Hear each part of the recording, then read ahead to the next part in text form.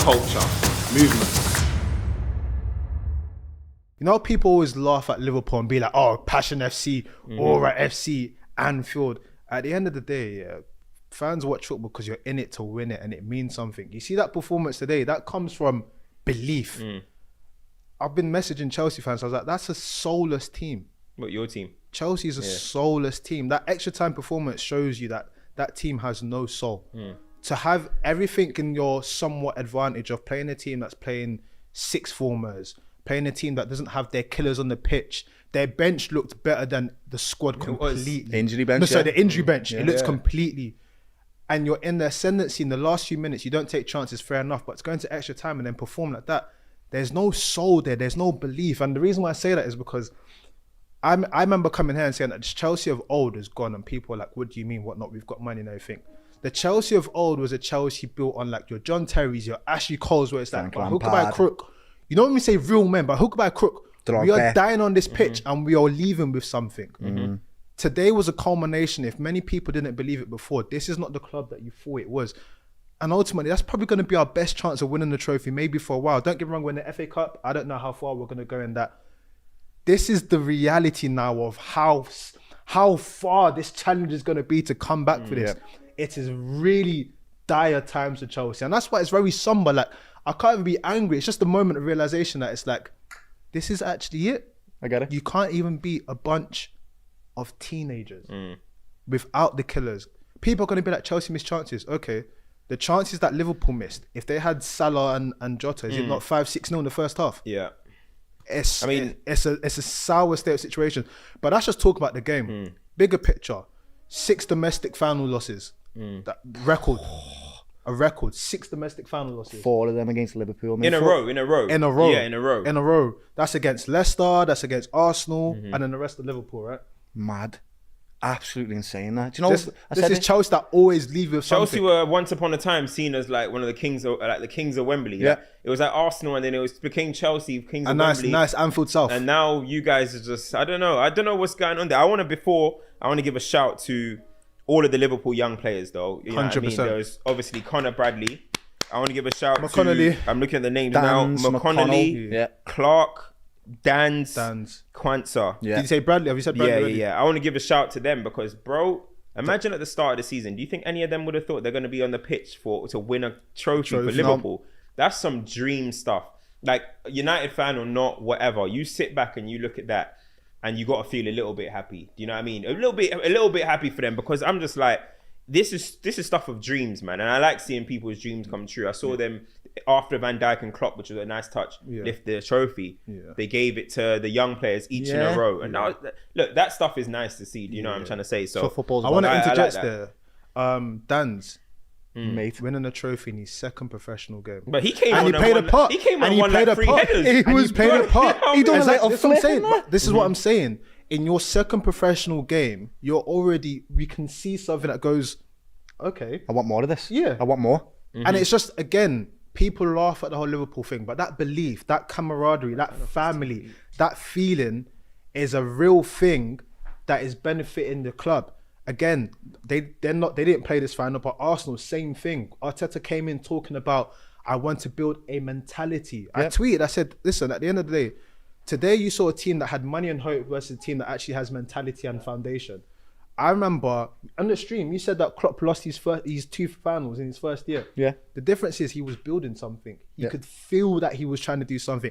And at the time, the club weren't backing him like that. And also, we weren't getting into finals either. We weren't getting into finals, and he was taking you somewhere. Yeah. Whereas the Chelsea perspective, there's not a feeling of, oh, we lost this final, but we're going to bounce again. That genuinely feels like it might be a while away now. Yeah. And that is the sour thing about this, because we can talk about money spent, we can talk about players being right or whatnot, but this club, as it was, is no longer what it was anymore. It's not. It's a far cry from that. The best managers bring culture, lad.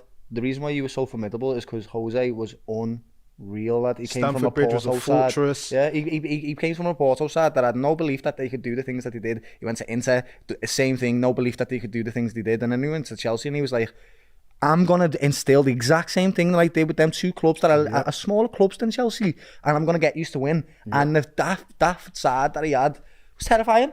I think you conceded like 15 goals in one season. Joke. principles. But that wasn't just because you got good players.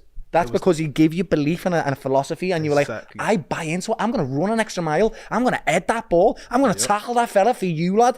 That's what it's all about. You die for your manager. You see it now, like when all of these former players are talking about like a Jose or talking about the moments, like these are my sons and whatever. There was a real camaraderie that was like, this is a family, and deliberately the squad size are probably small and everything, but you built something. Same thing with. But who's responsible for this?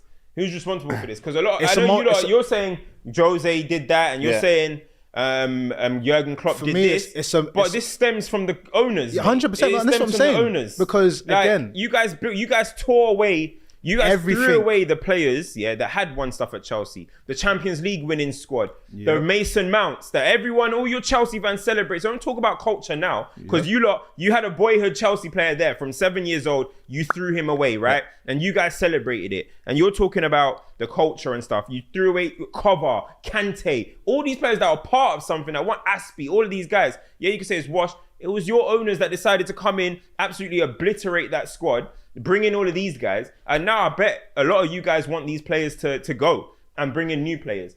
That's not how it's going to work. And this is what I said weeks ago. And then I got attacked for it, that these players are just pretty average. You look at the chances today.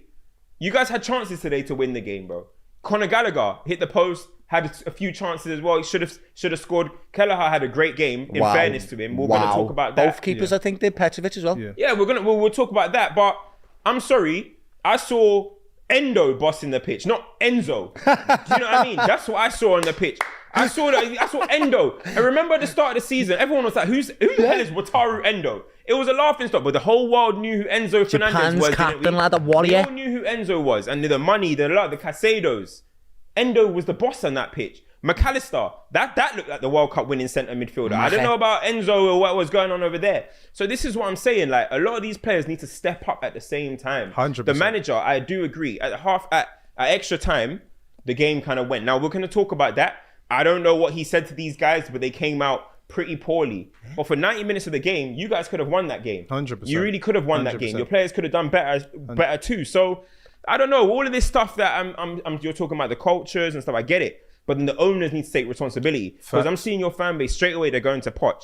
Call out the owners. Call out the recruitment team. Facts. But don't cry about it because you all celebrated it in January, in the summer. What did I say? I was about to say, as you lay your bed, you lie in it. And the funny thing about all of this was, I've said it a few times here, when the new owners came in, I remember when people were thinking that Chelsea were done, and then you have this lifeline where you can spend money and it's like, oh, we're back.